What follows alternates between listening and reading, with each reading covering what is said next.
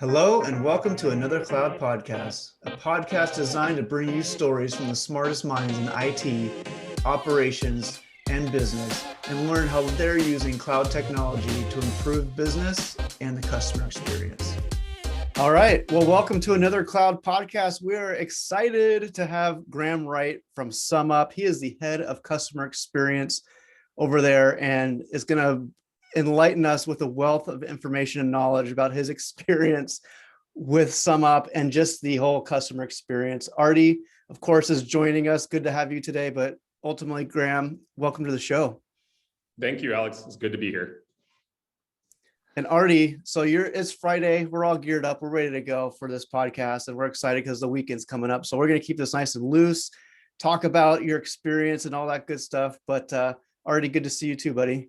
Yeah, nice to see you. Thanks so much, Graham, for joining on the podcast. For the people who don't know, because we're in podcast time and land, it's Friday afternoon. So after this, maybe one or two emails, and then I'm going to go outside. I'm going to have a beer. It's nice and warm outside. We're in Southern California here.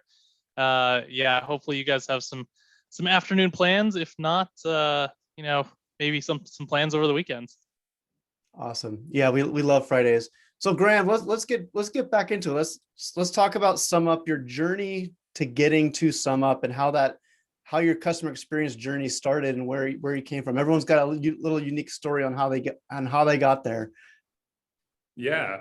So I cut my teeth in the CX market research world when I lived in San Diego. So I worked for a small market research company called Strategic Vision, and really caught the bug for doing research there.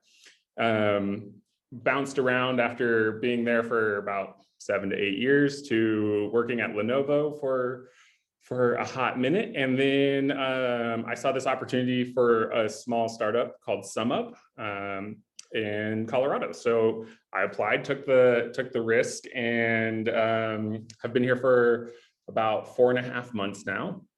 And it's fantastic. We're one of Europe's fastest growing companies, and we're growing very rapidly in the US as well. We've had about 4x growth in the last year alone, and that's in the middle of a pandemic. And so it's been great to come here and help them kind of understand the customer experience and understand why their merchants are making the decision to come to SumUp rather than to Square.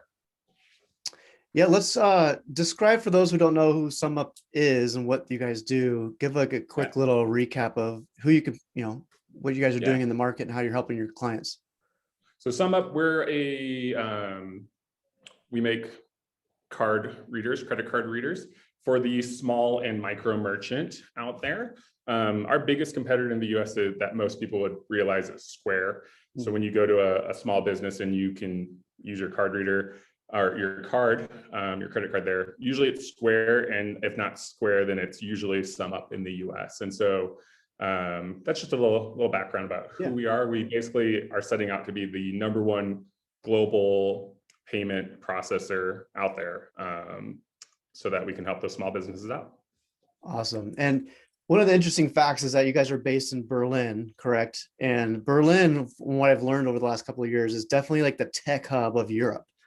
Who would have thought that Berlin, after all the history, that it would be like this like Silicon Germany area, right, in Berlin. So how has it been? Because you're one of the first guests that actually has a company that's headquartered in Europe. How is that transition from them expanding into North America and just their view of customer experience, what that looks like, to the American view or your view, or how things are playing out? What are some of the things that kind of stood out in that process?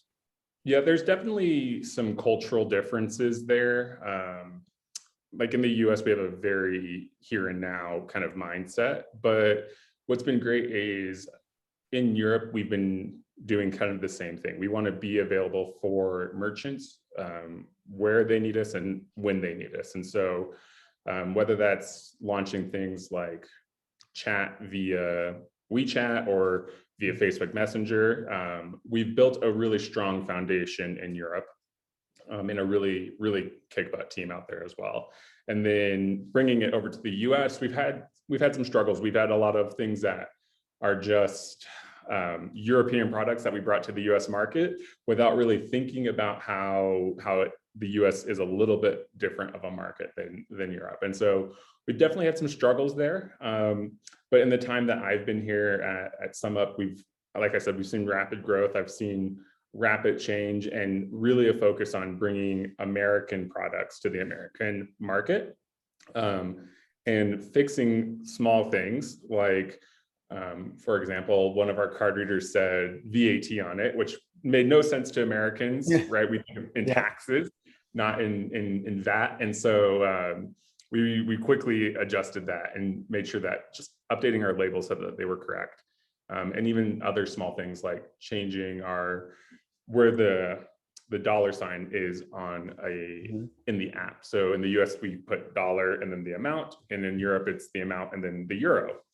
And so there's just been some small things that we've been working to change here. But really our European team is fantastic, and it's been great for me. I work very closely with my European counterpart. He's got 3 years on me at this company, and just a wealth of knowledge that he brings. And he also kind of helps me understand how we can bridge the gap in like me thinking very American and how that translates to our European developers and our European company as a whole. Now, do you have to work EU hours? Are you working very, very early, or do you have your own hours? And my follow-up question also is, I know it's still the pandemic for the people who are watching this, that's probably post-pandemic, but it's still a pandemic. Have you had the ability in the last, I think it's 4 months when you started, to go out to HQ and meet everyone in person in Berlin? Yeah, so I've worked European hours once in the 4 months that I've been here. I've had only one meeting at early in the morning. It was about 4 in the morning. Probably the worst day ever, having a 4 a.m. meeting. But no, right now, so because we have a US operation, we work US hours. We're doing mountain daylight time right now, I guess.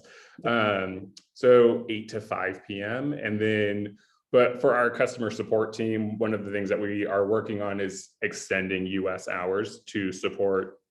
We're trying to go to 24/7 hour support, but right now we've moved to extend to Eastern startup times. So if you're in New York, instead of having to wait until someone's available at like 10 o'clock your time, we've made agents available at 8 a.m.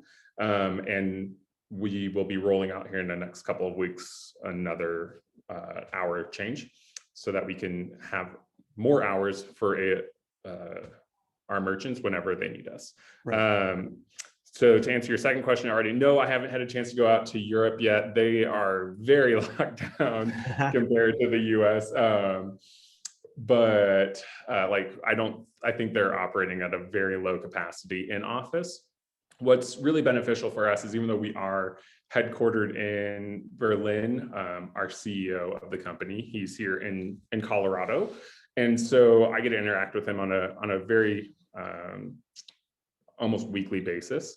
And then our chief of staff as well is here in the US office. And so even though there is a lot going on in Europe, we get a lot of interaction with the CEO here.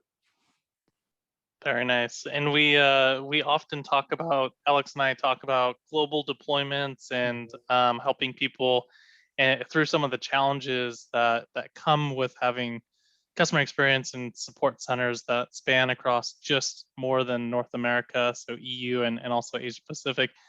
One of the things that often comes up is compliance. We know that in Europe there are different compliance regulations than the US. Some we do share some, but there are some more in EU, and there's also some unique ones here in North America. But how do you guys work through some of those hard compliances? For example, GDPR or privacy related type things, or anything having to do with the UK and Brexit and having to comply with them not being a part of the European Union. Does that come up a lot during your conversations, or does that come up a lot when your customers are reaching out to you? Yeah, so I guess one of the good things is we operate very independently of each other. And so we are fully GDPR compliant, even though we aren't obviously in Europe. It's very beneficial for like California, for example, who has probably some of the strictest data laws in the US. I would say New York would probably be second place for that. So it's been beneficial that way. But because we operate fairly independently of each other, we don't have to worry too much about GDPR. Occasionally, what will happen is there'll be someone who signs up in the US who is a European citizen. And really what that just amounts to is, hey, okay, we have to close down your US account, and then we'll send you over to Europe and have you set up over there.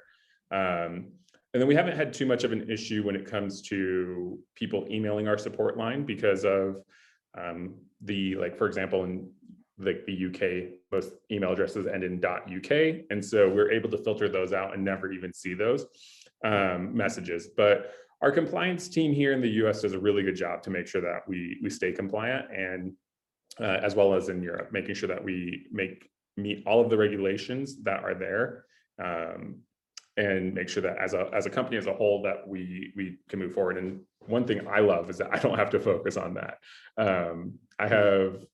We have a great compliance team here, and a great head of compliance who's just recently started as well in January of this year. And so it's been great working with him, kind of saying, hey, here's what we have, let me help you out, and like getting his feedback so that our customer experience agents and our customer experience teams are 100% compliant in everything that we do. Yeah, compliance is big. It's a big one, and every state being different, every country being different, for sure. Let's go a little bit into the, that we talked a little bit before about the customer support versus customer experience. How do you separate those two, or view those two, like in your day-to-day and setting up your teams and working through that for SumUp? Yeah, I think when you really think about customer support versus customer experience, I think they both have the same end goal, right? And the end goal is that you are making your customer happy, right? It's just how you get there. Support to me is a very reactive thing. You're waiting for someone to say, hey, I have an issue, and then notify you of the issue that they have. And then you go and you react and you try and fix their issue for them. Whereas customer experience is really about being proactive and knowing that issues arise before your customer can tell you about it. And now the support world adds into the experience world. We do a lot of surveys to make sure that we're collecting feedback from merchants, our customers, and asking them, for feedback on how we can improve our products, what they love, what they hate. And then really going forward and acting on that, and then kind of closing that loop, creating a feedback loop for them so that they know that we've heard them and that we're responding. And so in the US, we are very proactive in certain areas. Like if you sign up for a SumUp account, you spend your $20, you buy a card reader, and you haven't started transacting yet, we get alerts that go off right away. Like, hey, go notify, like call this person and find out why they are not transacting. We do a lot of support as well. So we are reactive. When issues arise, we are there to fix them, but we try and be as proactive. We try and be one step ahead of the merchant. Yeah, that's such a great point. And we actually were on a podcast earlier today. We recorded another one, and it talked a lot about being able to look into that customer and have those triggers that come up for, hey, they haven't finished their training, or they're not using the platform. Because a lot of, in this sense, it was like a SaaS platform for the healthcare companies. And they would know, like, there's not a lot of ways you can track the metrics. But one way they could is like, well, how engaged are they in the platform? And I think that brings up a really good point, in that you need to have those triggers so the customer experience, you're on top of it, you're proactive, you're not just waiting for the cancellation request because nothing ever happened, right? And you're just reacting to, oh, like, I wonder why they canceled, or something like that. But it's interesting. Yeah. And that's also like, I think that's a great point, is like, it's not just about being proactive with the merchants that you, or the customers that you have, but looking at potential churn customers, right? Like, are you looking like, if I have this data that we've got, are you looking like you're going to leave us, or are you just taking a high, like for us in the small business world, we get a lot of people who are seasonal businesses. So around Christmas, you'll see them fire back up, and then they do business for 1 or 2 months, and then and then all of a sudden they're gone. And so we want to make sure that those people aren't just forgetting about us, right? We want to make sure that they haven't churned out. We want to make sure that they're still active customers with us. And sometimes you find out that it's been a hard time for them, right? COVID's been very difficult on the small business. And so we want to make sure we can do whatever we can to support them, and make sure that, throughout not even just the sign up process and the touch points there, but also once they are active and engaged, making sure that they stay active and engaged. Now, talking a little bit more about your team that fields questions from your merchants. I think you're one of the first people on our podcast that has a true B2B business model, business to business, and your businesses that you're supporting have transactions from their customers, so they're B2C. Oftentimes you'll see some sort of issue between the customer and in this case, the merchant, which is your customer. Do you get the spillover? Does a customer ever reach out to you and say, hey, I bought this, package of cupcakes and I never got them and I want a refund happens. Or, whatever it is. So how do you manage those conversations? Yeah, we get a lot. And there are two issues that people or our merchants customers contact us for. One, they see the name SumUp on their account and they have no clue who we are, right? Because they'll say SumUp and then it'll say the business name, and so they go, who's this SumUp, right? I don't remember a SumUp. So we do get a lot of questions about, hey, who the heck are you? And then the other thing is we do deal a lot with just trying to help our merchants understand best business practices. And so one of the things our content team is in the middle of rolling out is how can, we had this help center, we have this blog where it's talking a lot about just SumUp and its products. And one of the things that I wanted to see was how can we take that information and turn it into very small business friendly information? Like, how do I do taxes through SumUp, right? Or how do I decide how much to charge my merchant or my customer? And how do I issue a refund to a customer? And so very rarely does a customer call us asking for a refund. One thing that we always make sure to do is that we're a merchant first company. And so if a merchant's experiencing a chargeback, we'll fight for that merchant, right? If we can prove that it was a valid transaction and that this person's just trying to get something for free, services, goods, whatever, we fight for our merchants. And we always take the merchant first approach at SumUp. And so if you call us and you're a customer of a merchant, I can't do much for you. You gotta go take it up with him. I'm gonna stay on with our merchants. So we really do focus on the B2B, and there's just, I would say maybe 5% spillover into our world from the B2C world. You mentioned the resources, right? For people to go to learn how to, taxes or whatever questions they might have, which adds a ton of value for your merchants, right? It's like, how do you help them help their customers more with this value? Do you have any sort of, resource library, self-service type of how-tos or, library that your merchants can go to kind of offload a lot of those voice calls that come in or email tickets that come in, things like that, to kind of scale through the self-service? Coming soon, yeah. It is not live yet, but it's in development. So one of when I think of the US and what we need in the US, we need a lot of self-service. I think it's something like 60% of people say that they would rather have some sort of self-service option. Oh, wow, yeah. So we're in the process of developing a video series for just our products and how to use our products. But also we're in the process of building a guide for small businesses. And there's information that's out there. You can go to Small Business Center, right?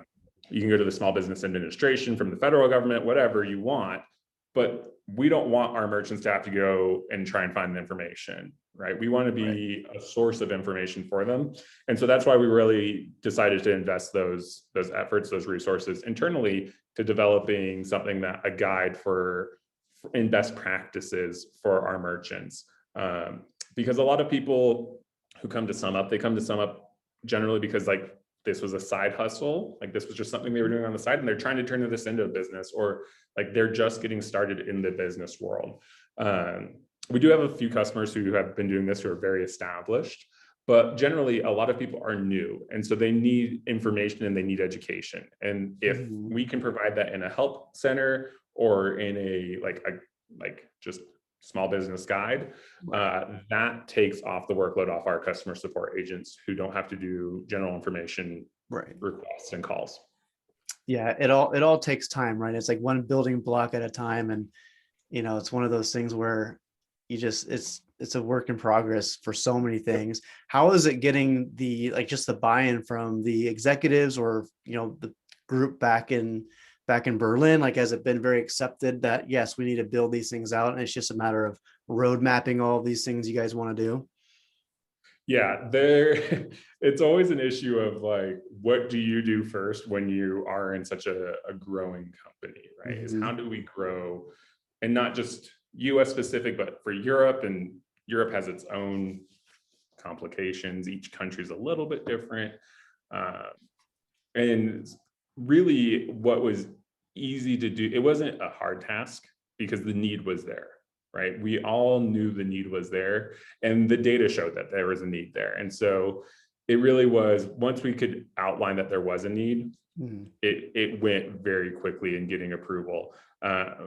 My boss here in the US, I mean, he's got a growth mindset, and he saw the need right away. And so really, once you establish the need, it's really just shuffle resources around and shuffle people's time. And in the US, we're a small team. We're not the world's largest team, and we do our best. And really that means putting in some extra hours, and if we have to hire new people, but we always go through it with a founder's mentality. We try and do more with less, and really go out and if we see a need for something, just go and do it, is really what it's come down to. Absolutely. I'm going to switch gears a little bit here and talk a little bit about the pandemic and how the pandemic potentially changed your business model, maybe even changed the way that you support your customers. I think my first question around this, I know you started in the pandemic, so you started probably December or end of year 2020, but your team was either already remote or thinking about working from home. So talk us through, was there a lot of complexity in bringing your agents to work from home? Were they already there? Did you already have the cloud technology in place? Talk us through what that transition was like. And then also to talk us through a little bit about how you started during a pandemic. You didn't go into the office first day. You probably worked from home for the first, couple days or months or until now. Yeah. I'll start with my experience first, and then we'll jump into the experience of going remote. So when I started, it was start of December. So we had some issues getting my laptop to me because it's kind of interesting. We use Apple products here because we're a startup and whatever. And I love Apple products. And so I was living in North Carolina at the time, and because it was December 1st, we just didn't have a lot of lead time, and Apple had just released a brand new MacBook Air and MacBook, and Christmas orders were out the wazoo, and everyone wanted one. Yeah. So I was about a week into onboarding, and I still hadn't had my computer yet. And I just said, okay, I'm going to Best Buy. I will submit the receipt, just cancel the Apple order. It's not going to get here anytime soon. Just cancel it. So we canceled that. I went to Best Buy and picked up a MacBook Air. It's in rose gold, AKA pink. And everyone thinks it's funny that this 6 foot tall dude has a pink MacBook Air. But yeah, so what's been interesting is SumUp, because we do a lot of work in Europe, we were already accustomed to doing a lot of like Zoom meetings already. And I would say even during this pandemic, probably the best onboarding experience I've ever had at an organization. The training was top notch, got you up to speed really quickly. And the small snafu, the laptop, but that wasn't on them. That was on Apple not being able to fulfill orders quick enough. So The onboarding experience was good, and I met my team virtually, and we just got into it right away. So my team, when I came on, was already remote, so I didn't have too much of a headache there, but they hadn't been remote for very long. They'd been remote for maybe 1 or 2 months. And our big issue was that our agents didn't have laptops. We had them using desktop computers, like they had a Mac Mini or I believe. And so when I came on, what was happening is agents were taking their MacBook Mini home with them, and usually 2 monitors on top of that. And so I was like, okay, let's start rolling out laptops for them. So we started giving agents laptops because agents would come in maybe once or twice a week. And so they would be coming in MacBook Mini, 2 screens, like whenever they came into the office. And whenever they went home, they had to bring their MacBook Mini and their 2 screens. And so now they all have a MacBook Air. It's so like seamless. And we keep the MacBook Minis at the office. And so just because sometimes it's easier to leave your laptop at home, and sometimes it's easier to just be working on the Mac Mini. So that's been pretty good. One of the things that we did here is we already had the cloud software in place, but we created a dashboard that tracked which agents were available online and what like their state was. So were they in like not ready? Were they ready? Were they working cases, whatever? And we made that shareable across the entire organization. We wanted to make sure that any agent who was working remotely knew who was available and knew if it was okay if they took a break, kind of a thing. And so once we implemented that, things got a lot smoother. We weren't having as many like drops in just agents availability. Call like handle times went down, and then also like average speed of answer went down significantly because people could see it was a very transparent. You could see where people were at and what they were doing. And I think that made a big impact in our support team, just happier employees as well, just like they weren't as stressed. Yeah, I love the story of having to get a rose gold computer. We just did a podcast, and our last guest was telling us about, I think it was like the beginning of March, the pandemic. They just sent all the IT people to Best Buy and just grab every USB headset or Bluetooth headset you can find. And of course they got all the like, Halo, PS3, like, so everyone's working from home with all these really cool headsets. They a slightly different call that I was on yesterday, I had asked them the same question, and they said that because they onboard about 100 different employees, and they kind of cycle through employees pretty rapidly, 100 different ones every single month.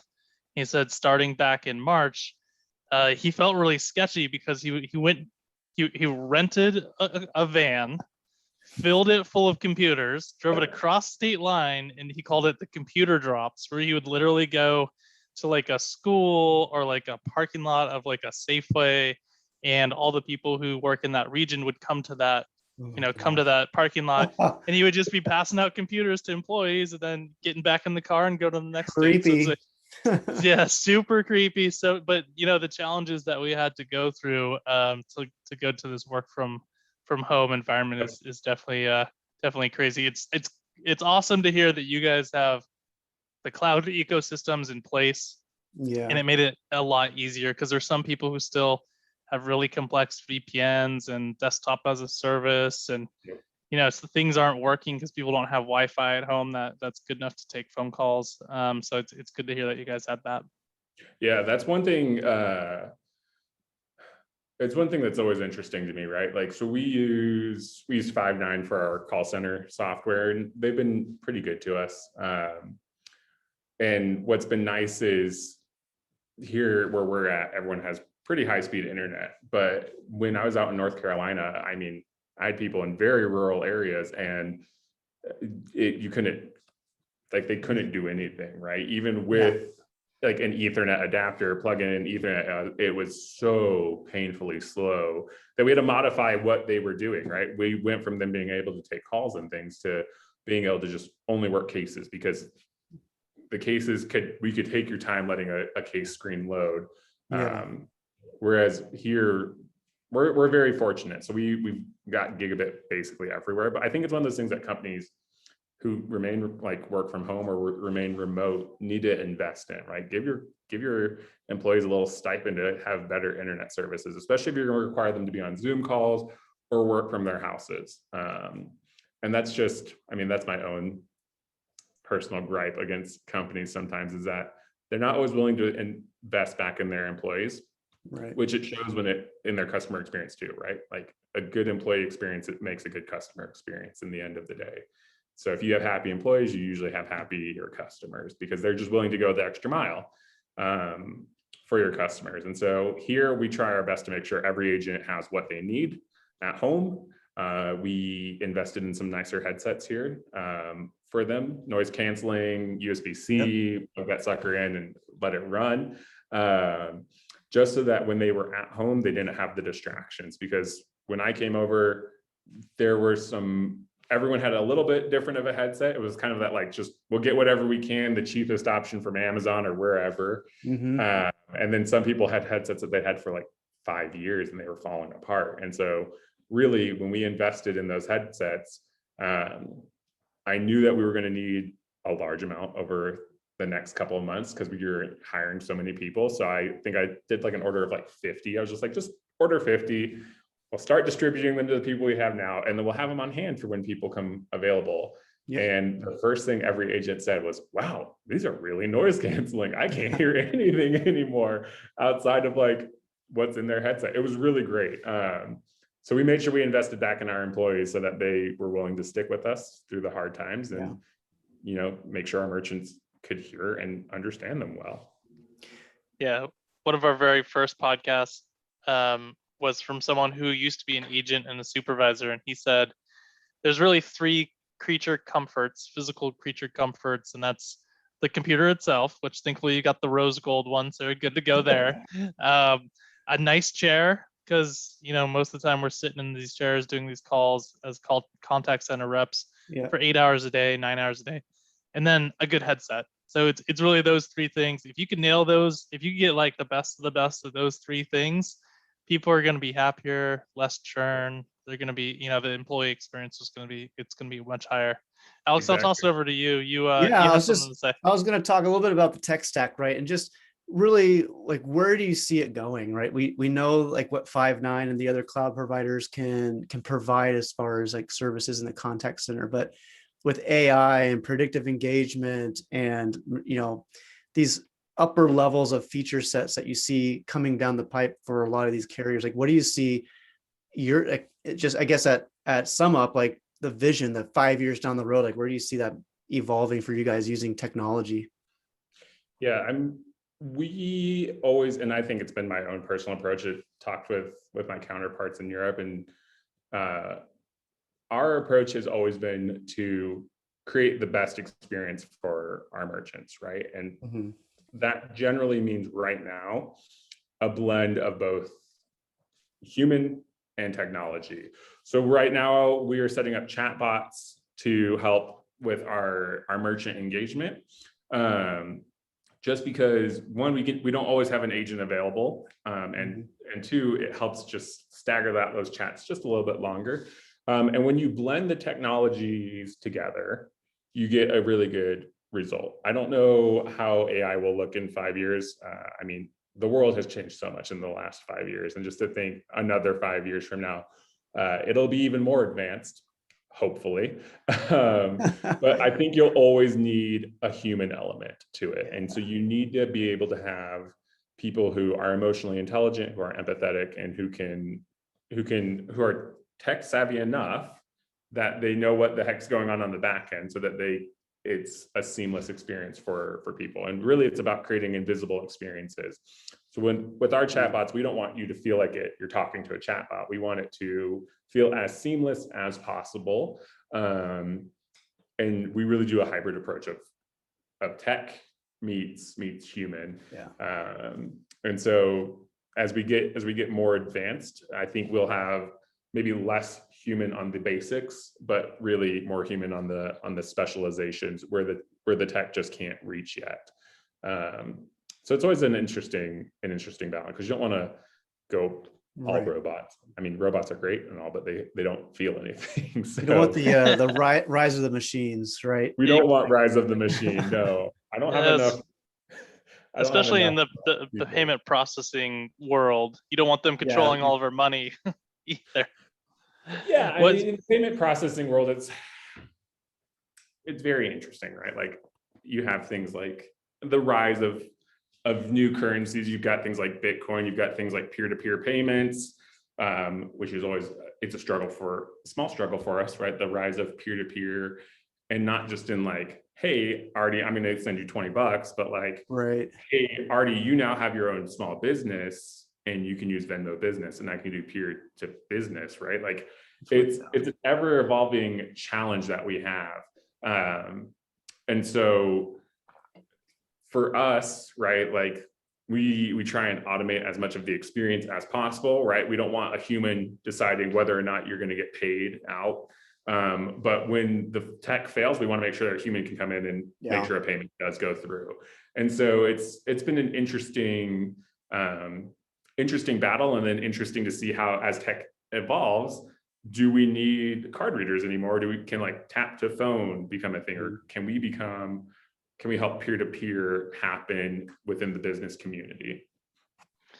Yeah, and if you think about it, you are the lifeblood of the small business merchant. If it goes down for a day, think about all the transactions that could be lost either to another, just PayPal me or just whatever, like all these other ability to collect payments. So it's got to be, from a support standpoint, it's got to be hard to think about automation and self-service.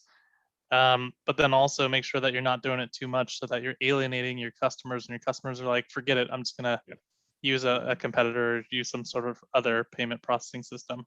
Yeah, I think the like with what we do, with what Square does, PayPal, whatever partner you want to think about, like the know your customer KYC, KYB stuff that we're doing is, it's very interesting, right? Because you have to get information on people, and you have to make risk decisions, and sometimes those decisions are not as smooth as we want them to be, and sometimes we have errors in our systems. And like, I mean, for example, last week we had a system outage, and it had nothing to do with our technology at all. It had something to do with our acquirer. And so when we were down for almost 2 days, where merchants were able to take transactions, which was great. Like, they were still able to run service. They just weren't able to get paid out. And it was that the API and the system weren't communicating and sending files to each other. So we had almost $1 million worth of payouts that needed to happen that got stuck for 2 days. And so, I mean, we went all in, everyone on the US team, everyone on the Europe team, trying to figure this out, to make sure that our merchants get paid. Because like you said, we are their lifeblood, right? If we have to hold funds for whatever reason, it hurts their business. And so one of the things that we're actively working to develop here in the US is next day, like T+1 payout rather than T+2-3, which is what we're at right now. So if we can get to the point where you can instant cash out, that can be huge for the small and micro merchant who needs those funds to run their business. Yeah. Or the other way around, maybe they don't need the funds and they'd rather keep it in there and maybe get a little interest on it. Just pay me in 30 days, give me a little interest. I don't need it in my bank account. You'd be surprised how many small businesses don't want to be paid in 30 days. We do offer that though. We offer small payment, or we offer like 30-day or within like a week. So if you want to go to a weekly payout, and as companies grow, those options become a little bit more enticing for them, because one, it cleans up their finances rather than getting deposits every day and then having to reconcile those deposits, and makes it a little bit more seamless for them. And so as we've seen companies grow and we bring on larger organizations, we see that those organizations, unlike the small and micro merchant, they're okay with like a week or a 30-day payout timelines. But the micro merchant and the small business who's just getting started, immediacy is huge for them, especially in the US. We need things here, and like we need things as quickly as possible. Just as Americans, that's become our mindset and culture. We've been spoiled, right? We're very spoiled in that aspect. That's one of the big cultural differences between the US and Europe with our payment provider, like our merchant. Like payout timelines it's not that they don't want to be paid out as quickly, it's just that the expecting to be paid out like within 30 seconds kind of idea is different for them. But it works out, and we're developing things here that help the US market and will help the US market grow. We've all been Amazon to death, right? Where we expect things so quick. And if you live in a major city like we do, both of us, Denver or Southern California, it's just like, it's even more, more of a microscope on service and expediency. Yeah. I mean, you and I had a good talk on, Amazon and what will be the next kind of competitors for them. Will it be someone like Instacart, or will it be someone like Walmart? And I don't know. I mean, it's not about the development of like I told you, Alex, Amazon didn't develop an e-com site that was anything above and beyond anything anyone else can do, right? What they did is they developed a supply chain and a logistics network that is unrivaled. I mean, like FedEx is not as good of a logistics service, in my opinion, as Amazon's built out. Amazon is truly built out an amazing supply chain and amazing logistics, and are able to get things to people so rapidly.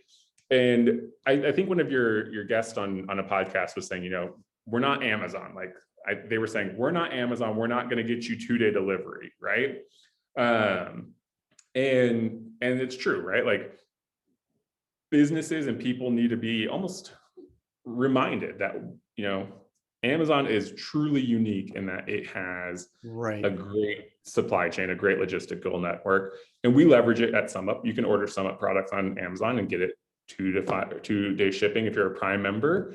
Whereas if you order it through us, it's going to take maybe 3 days because it has to go through just a different warehouse than through the federal USPS system. So Amazon's always an interesting one when it comes to thinking about their support and thinking about what they've done and how they've changed the way we think in America and in the world, actually.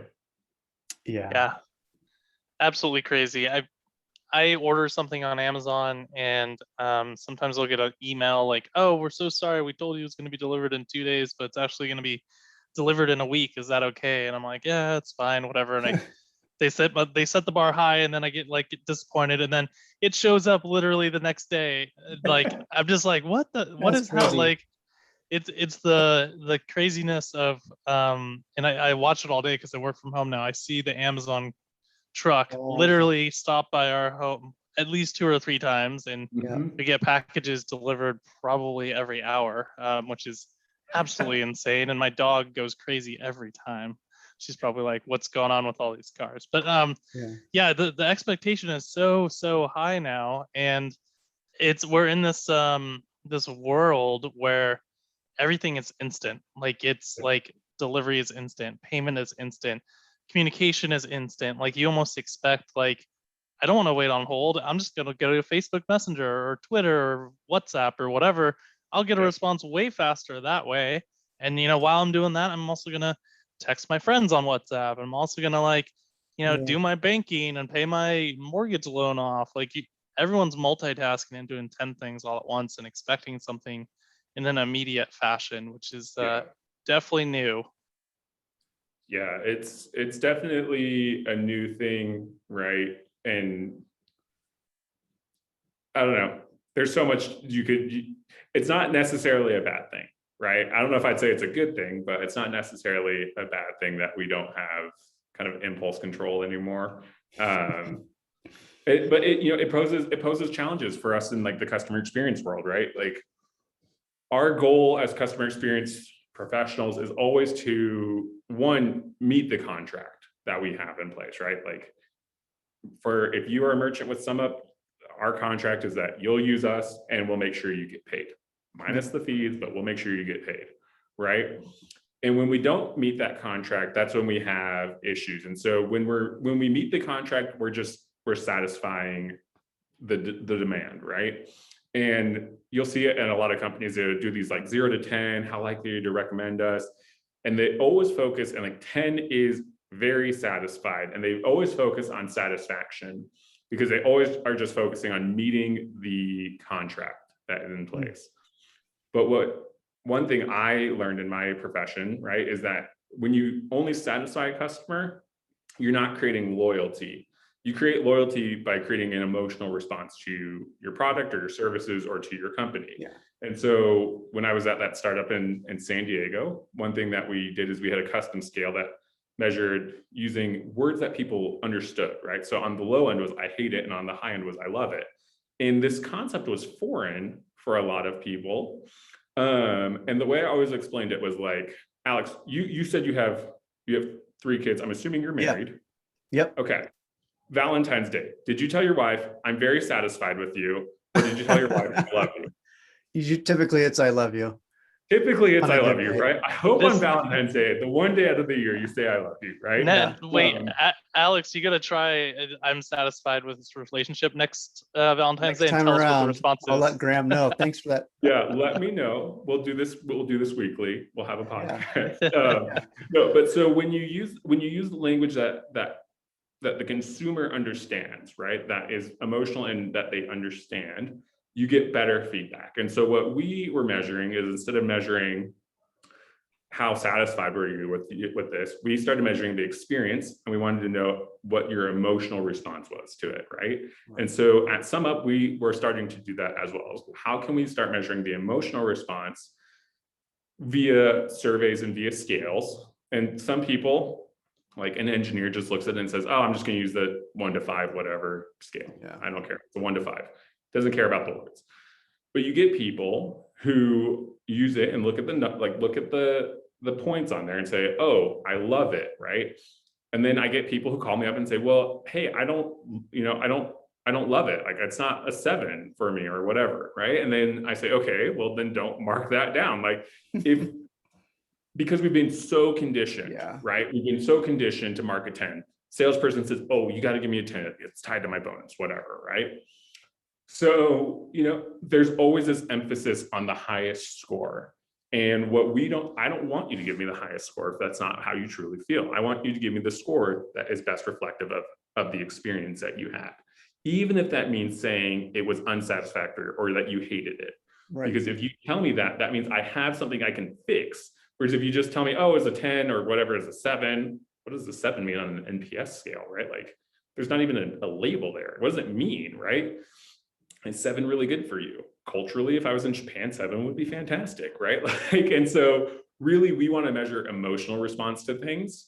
And we want to measure it. We want to measure that experience in an emotional level, not to be manipulative, but so that we can not just satisfy the contract, but try and go a little bit above and beyond, right? How can we fix things so that you move up that scale?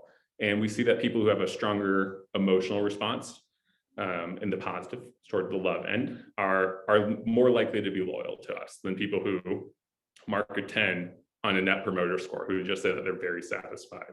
Yeah. And so it's just because it's a mindset shift. It's going from satisfactory, just meeting the contract, to kind of going above and beyond the contract without having to give away the whole company, right? Like, so it's an interesting battle that always is occurring. I have a quick story for Alex. I promise it'll be quick, but because we're wrapping up here. But when I was a little kid, I went on a cruise ship with my parents, and this is back when cruises actually existed. And for people who don't know the cruise experience, it's all you could eat. For adults, it's all you could drink. But as a kid, you remember the fun experiences throughout the day. But the most important thing is dinner, because you get dressed up, you put a little suit jacket on, and like you get all fancy, and you go to dinner with family, and usually they're just like 10 people at a table and the waiter comes over. Anyways, I remember being on this cruise because every time the waiter came over and interacted with us, he would say some things like, very excellent choice, very excellent choice. Oh, that is a very excellent, dessert. He said the word excellent literally 40 times within a 1 hour period. And we would go back to the cabin and every day would be like, was it weird that he said the word excellent a bunch? And we'd be like, yeah, that's weird. That's weird. Come to the end of the trip, which is 7-day cruise. He comes over and he, takes our order and everything. And we have our dinner. And then he comes over at the end and he says, hey, everyone, I just wanted to thank you all for the wonderful week. It was very excellent to serve you guys. And you may be wondering why I said the word excellent so many times. And I did that on purpose because I want to get an excellent score on my ranking, on my scorecard, because it ties into my bonus and maybe I'll be able to stay as a waiter. So there's definitely some gamification around there, but Wow. Your story brought that one up into my mind. And the whole phrase of it being excellent, like I don't know if I would call it excellent. The meals, I would say I loved the meals. I don't know if excellent's the right word, or was I satisfied with service? Sure.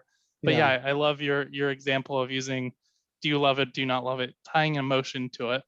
Yeah. And I think also right, I think the excellence is, and that's what's interesting, right? When you are constantly being conditioned to hear it so that when you see it, you're like, oh, right, like my mind thinks excellent. Service could have been crap, right? But because he keeps using that, it's conditioning you and using persuasion and slight manipulation there. And that's what that's one thing I hate. I don't want that, right? I don't want to see people manipulated like that. And I think it's kind of a horrible thing when companies do that, but at the same time, right, we can learn from these experiences. And so we see that here at SumUp, right? We get negative feedback in, we try and act on that negative feedback. We try and understand the root cause of why that is happening. And moving towards using emotional language has been very helpful in doing that. And so we don't try and communicate it in a persuasive way, but we do try and say, hey, these are things that we fixed that we hope you will love, right? Like, because these were big issues that we had, and we hope you love our fixes, so that you stay with us, so you don't churn, so that we can keep helping you out and your business out. And so it's always an interesting thing. I think there's a fine line between persuasion and manipulation. Yeah, absolutely. And I wish we had more time to discuss this. We'll have to just absolutely do this again, because I like the subject of it, of just meeting those SLAs, or what the expectation is versus the emotional aspect to it. Because that's, like you said, it's going to build brand loyalty. It's going to build the word of mouth. It's going to do all those things that actually drive the business forward. Where if a waiter or someone's just looking for a 10 as satisfactory, it doesn't arm you with any data to really go out and how to fix the business and improve the business. Yep. So it's absolutely an important subject. And we should talk about that a little bit more in the podcast too, Artie, and bring some people back like you, Graham, and just have a roundtable on, let's talk about this, manipulation in the CSAT and NPS and all these metrics, and how do you know they're actually accurate. But Graham, I have to say, man, we pushed the limit here. I loved it. We had a great time chatting it up with you. And honestly, we just got into a whole nother, we just opened Pandora's box at the last 5 minutes, but it was fun having you on, man. I'm glad you came. Yeah, it was great to be here. And honestly, if you ever want to have me back on, I'm more than happy to do it again. Absolutely. I think we're going to have to do a follow-up. And Alex, I think I love that idea. Maybe a round table with 2 or 3 people in similar roles, and we could talk about a specific topic like surveys and customer experience. But Graham, thank you so much for being on the podcast today. Alex, pleasure as always. And we'll see you on the next podcast. Sounds good. Well, that wraps up the show for today. Thanks for joining, and don't forget to join us next week as we bring another guest in to talk about the trends around cloud contact center and customer experience. Also, you can find us at adleradvisors.com, LinkedIn, or your favorite podcast platform. We'll see you next week on another Cloud Podcast.